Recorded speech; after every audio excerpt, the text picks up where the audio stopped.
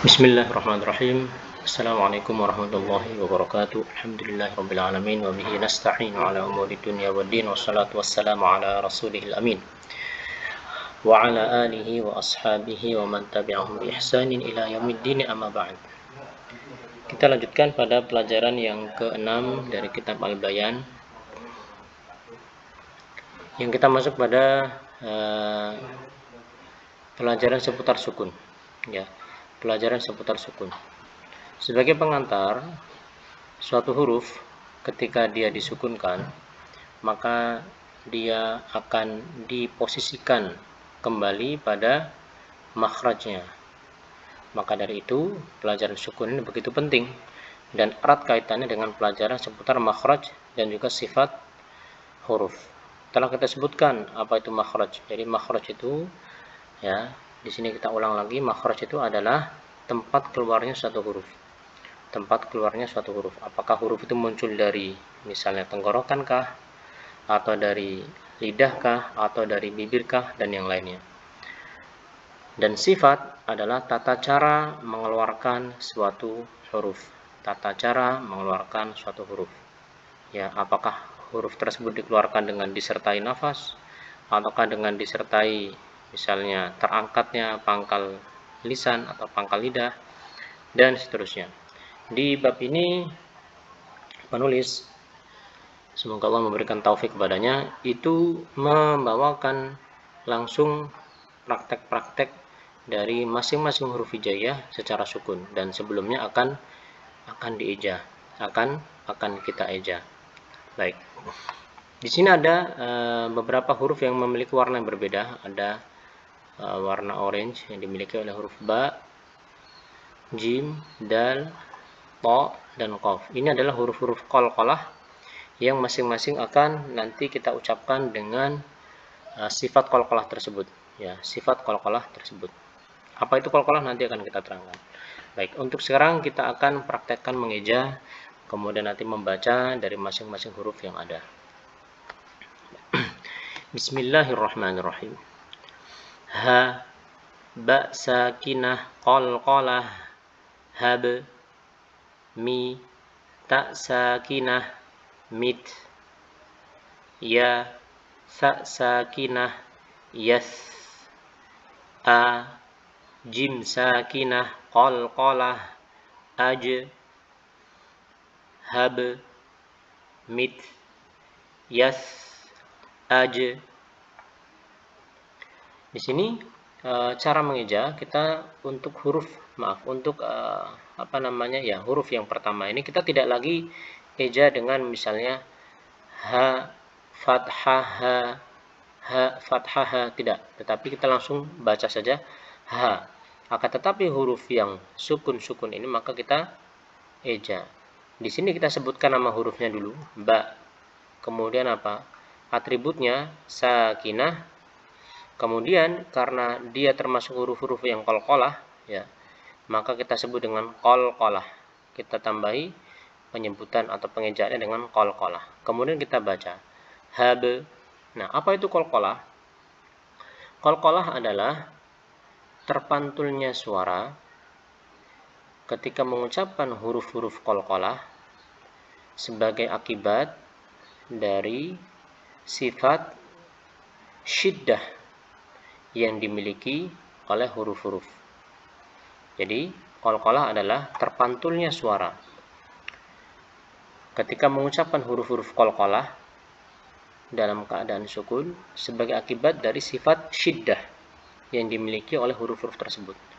Maka kita perlu menjelaskan apa itu sifat syiddah. Syiddah adalah tertutupnya makhraj atau tempat keluarnya suara dari suatu huruf. Tertutupnya makhraj dari atau tempat keluar suara dari suatu huruf. Nah, ketika sukun, misalnya huruf ba, kita mengucapkan huruf ba, makhrajnya dari mana? Ba itu dari bibir. Ya, ketika kita mengucapkan huruf ba sakinah, maka kita akan mengatupkan kedua bibir kita tanpa membuka sedikit pun. Hab, ya, hab.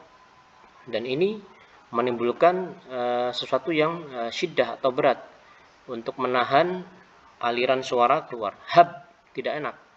Maka diadakanlah sifat qalqalah ini sebagai upaya untuk memudahkan, sebagai upaya untuk melepaskan diri dari beratnya atau syiddahnya dalam mengucapkan huruf ba sukun menjadi habe, habe, habe, habe, habe. Jadi Anda tutup kemudian buka dalam waktu yang cepat.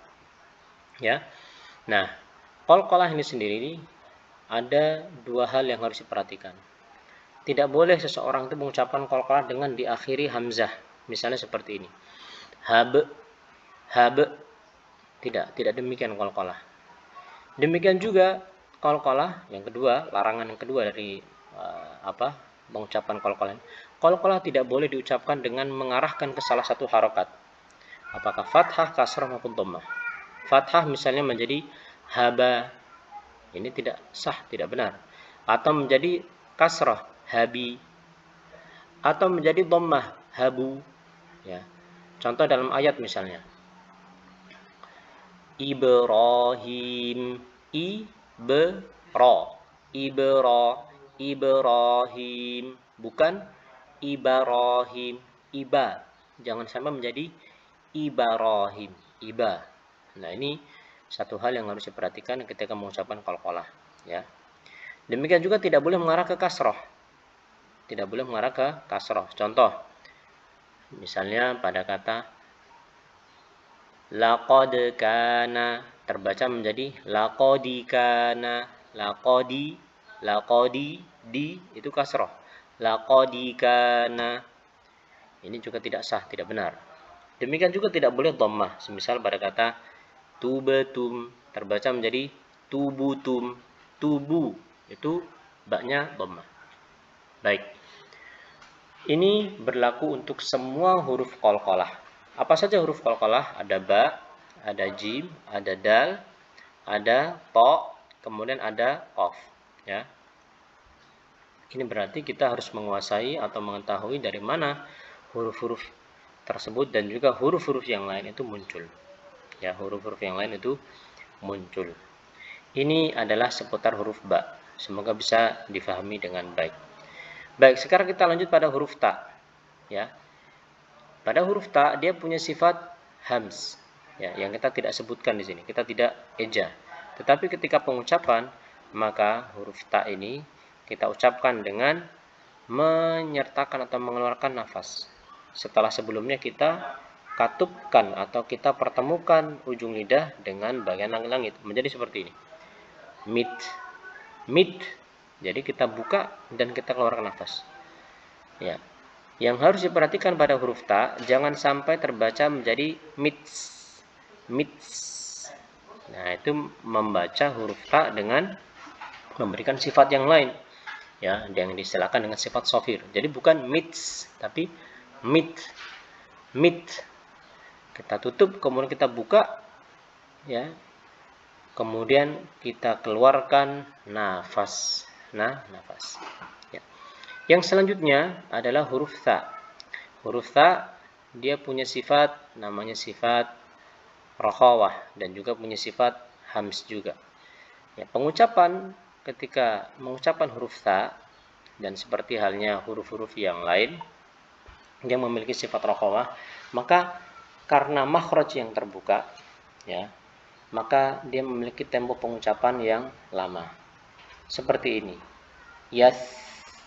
Yas. Bukan yas. Yas yang terlalu lemah atau terlalu cepat atau bahkan misalnya malah berubah menjadi huruf yang lain. Yas. Yas itu namanya menjadi sin. Harusnya yas. Yas. Huruf jim, ya. Dia diucapkan dengan mempertemukan bagian tengah lidah. Diangkat ke langit-langit.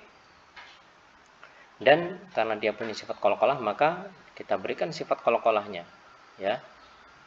Maka kita baca menjadi aje, aje, aje. Ya. Baik, kita ulangi untuk baris pertama ini. Habe, mit, yas, aje. Demikian untuk baris yang pertama. Dengan cara yang sama untuk baris-baris selanjutnya, ya. Di sini kami akan mempraktekkan untuk baris yang kedua, mengeja dan juga membacanya. Baik, kita lanjutkan. Zu, ha sakinah, zuh.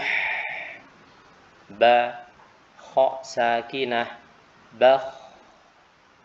Qa, dal sakinah, qalqalah, qad. I, dzal sakinah, idh. Zuh, bakh, qad, idh. Du, ra sakinah, dur. Gha, zai sakinah, ghaz. Wa, sin sakinah, was. Kha, shin sakinah, khash. Dur, ghaz, was, khash. Ha, sad sakinah, has. Fa, dad sakinah, fad. Sha, ta sakinah, qalqalah, shat. Na, dha sakinah, nadh.